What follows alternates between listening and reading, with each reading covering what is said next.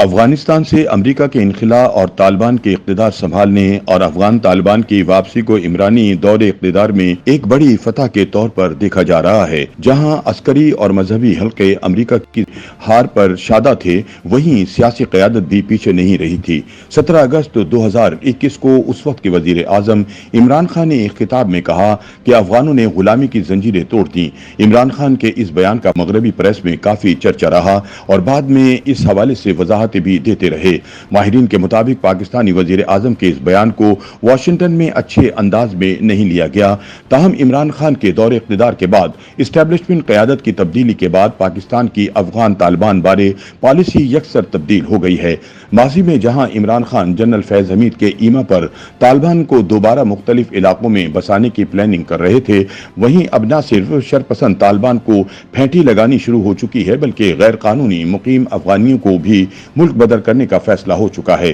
خیال رہے کہ طالبان کے افغانستان میں برسر اقتدار آنے کے بعد 4 ستمبر کو اس وقت کے director general ISI lieutenant general Faiz Hamid نے نہ صرف افغانستان کا دورہ کیا بلکہ کابل کے سیرینا ہوٹل میں چائے پیتے بھی نظر آئے۔ پاکستان نژاد امریکی اسکالر حسن عباس کے مطابق جنرل فیض حمید نے سیرینا ہوٹل میں صحافیوں سے مختصر گفتگو میں کہا کہ پریشان مت ہو، سب ٹھیک ہو جائے گا۔ انہوں نے کہا کہ فیض حمید کی سیرینا ہوٹل میں چائے کی چسکیاں لیتی ہوئی تصاویر اور ویڈیوز وائرل ہو گئیں۔ مبصرین کے لیے یہ اس بات کا ثبوت ہے کہ پاکستان کا طالبان پر بہت زیادہ اثر و رسوخ ہے۔ حسن عباس کے مطابق افغانستان کی عبوری حکومت کی تشکیل میں جنرل فیض حمید نے اہم کردار ادا کیا۔ تاہم افغانستان میں پاکستان کے سفیر رہنے والے رستم شاہ محمد نے اس بات کو درست نہیں مانتے۔ اردو نیوز سے بات کرتے ہوئے انہوں نے کہا کہ افغانستان ایک خود مختار ملک ہے اور افغان اپنے فیصلے خود کرتے ہیں۔ مبصرین کے مطابق پاکستانی حکام کا خیال تھا کہ افغانستان میں طالبان کی واپسی کے بعد اب پاکستان تحریک طالبان TTP پر گرفت کے ساتھ ساتھ ملک کی مغربی سرحد کافی محفوظ ہو جائے گی اور دہشت گردی کی افریت پر قابو پانا آسان ہو جائے گا۔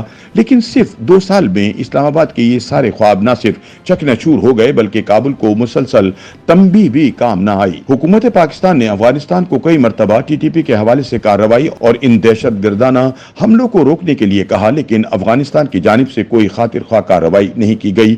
تاہم اب گزشتہ مہینے 29 ستمبر کو 12 ربیع الاول کے موقع پر مستونگ اور ہنگو میں خودکش حملے کے بعد دونوں ملکوں کے تعلقات میں تناؤ بڑھتا نظر آ رہا ہے۔ پاکستان کے نگران وفاقی وزیر داخلہ سرفراز بگٹی نے اسلام آباد میں اپیکس کمیٹی کے اجلاس کے بعد پریس کانفرنس کرتے ہوئے پاکستان میں غیر قانونی طور پر مقیم غیر ملکیوں کو ملک چھوڑنے کے لیے 1 نومبر کی ڈیڈ لائن بھی دی ہے۔ ایسے میں سوال اٹھتا ہے کہ کیا پاکستان کی افغان پالیسی میں کوئی بڑی تبدیلی آ رہی ہے اور کیا پاکستان میں غیر قانونی طور پر مقیم افغان شہریوں کو نکالنا ممکن ہو سکے گا؟ افغان امور پر گہری نگاہ رکھنے والے سینئر صحافی اور پشاور میں انگریزی اخبار ڈان کے ریزیڈنگ ایڈیٹر اسماعیل خان نے حکومتی اعلان کے حوالے سے بات کرتے ہوئے کہا کہ یہ پہلی مرتبہ نہیں ہوا۔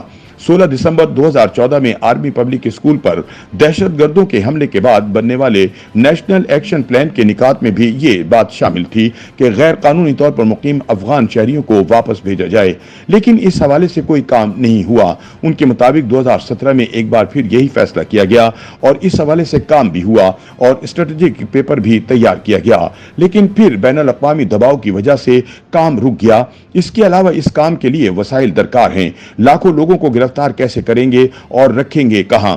اس سوال پر کہ کیا پاکستان کی افغان پالیسی میں کوئی بڑی تبدیلی آ رہی ہے، انہوں نے کہا کہ ابھی کیا ہوگا یہ بتانا مشکل ہے، لیکن ہمارے ہاں ایک بات تو واضح ہے کہ اب TTP سے بات نہیں کرنی اور افغانستان کی طرف سے بھی صرف باتیں ہی ہیں، عملی طور پر کچھ نہیں ہے۔ اس سوال پر کہ سابق DG ISI جنرل ریٹائرڈ فیض حمید کی کابل کے سیرینا ہوٹل میں چائے پاکستان کو مہنگی نہیں پڑی، اسماعیل خان کا کہنا تھا جنرل فیض کی پالیسی بہت مہنگی پڑی، یہ ایک آدمی کی پالیسی تھی اور انہوں نے کامیابی سے اسے GHQ کو سیل کیا۔ صرف ہم نے ہی نہیں، طالبان نے بھی ہمیں استعمال کیا۔